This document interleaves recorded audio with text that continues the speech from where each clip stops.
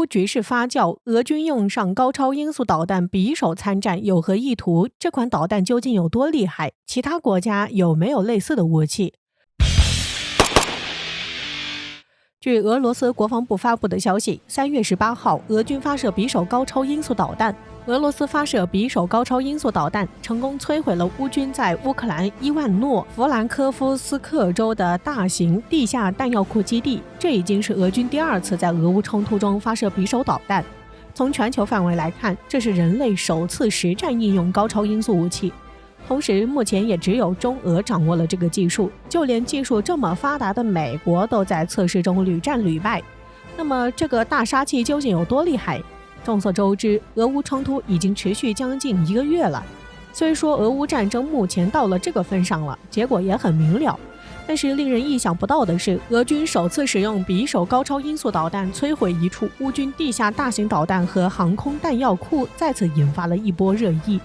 其中不少网友惊呼，匕首用来攻击一个弹药库，是不是有些大炮打麻雀，大材小用了？此外，从俄罗斯公布的视频中，匕首导弹以极高的飞行速度钻破了乌军地下弹药库上方的钢筋混凝土结构，在地下引爆了弹药库。可以看得出来，匕首有着极高的精准攻击能力以及强大的杀伤威力。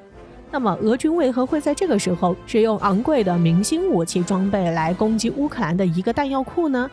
其中一位不愿意透露姓名的军事专家是这样分析的：首先，从俄乌冲突的进展来看，这近1个月来，俄乌双方不断在接触谈判中，但始终没有谈出什么结果出来，所以俄军认为是时候给谈判桌加筹码了。同时还可以测试一下这种新锐武器能带来多大的威力。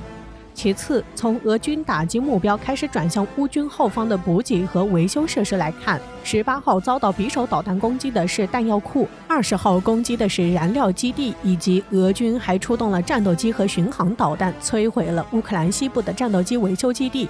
专家认为，俄军加大对平民设施的无差别轰炸以及高精度打击，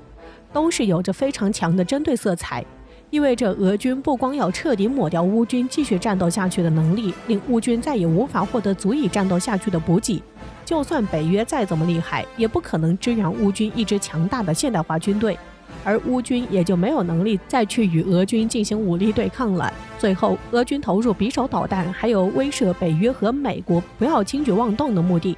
因为美国宙斯盾舰载导弹防御系统和其在北约国家部署的多个导弹防御阵地，其意图是限制和削弱俄军的战场主导权。因此，匕首导弹的战场首秀就显得尤为重要了。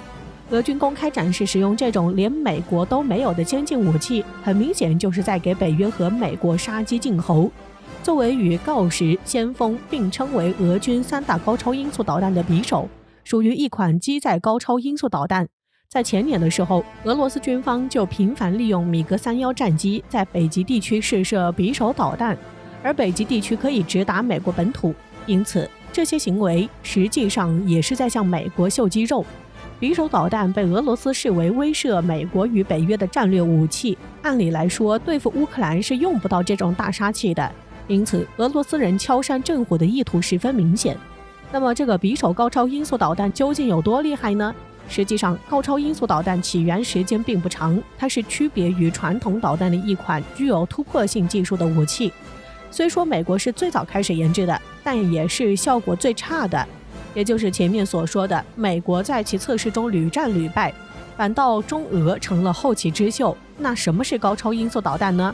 据了解，对高超音速导弹最基本的判断是，最大飞行速度可以超过5马赫，甚至高达10马赫以上的弹道导弹或巡航导弹，同时具备可变弹道等特点，不易拦截，高速加机动能力，全球现役导弹防御系统对此基本无效。也正是因为它对防御系统有着强大的压制能力，因此高超音速导弹被视为防区外最佳非对称精确打击武器之一，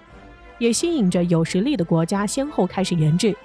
从公开资料上来看，匕首高超音速导弹发展自伊斯坎德尔 M 弹道导弹，是俄罗斯开发的具有高超音速能力的空对地导弹。据悉，匕首最大射程是2000公里，能以10马赫的速度飞向目标，在临近空间以打水漂方式进行高超声速变轨机动飞行。同时，在全球大多数先进的防空反导系统中，匕首高超声速导弹都具备相当高超的机动突防能力，而且匕首还搭载重达500公斤的战斗部，可以根据需要配套高爆、钻地、燃烧、子母弹等常规战斗部，也可以直接配套核战斗部。最重要的是，匕首高超音速导弹可以携带常规弹头以及核弹头。从 TU-22M3 轰炸机或 MiG-31K 截击机上发射，这款导弹可以突破北约的防空系统以及北美防空系统，直接摧毁目标。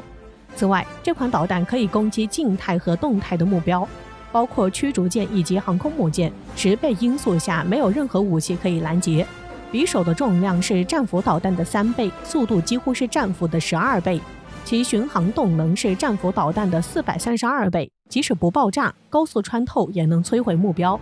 除匕首外，俄军还投入了很多的精锐武器，比如伊斯坎德尔 M 战术弹道导弹、KH-31P 反辐射导弹、龙卷风远程火箭炮等。特别是 KH-31P 反辐射导弹飞行速度超过3马赫，本来是对抗爱国者和宙斯盾雷达而定制，用反辐射导弹进行压制和摧毁对方防空及指挥体系。在地面武器方面，俄军出动了堪称现役坦克中的最强型号 T90M。